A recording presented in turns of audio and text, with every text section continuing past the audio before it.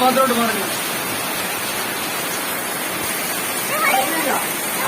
അയ്യോ അയ്യോ പോയി. ആ റോഡിലോട്ട് കയറി കേട്ടോ. ആ പോകല്ലേ. ആ ഇത് ഒഴുകി പോകുന്ന പള്ളുമുക്കി വെച്ച് പിടിക്കാന്ന്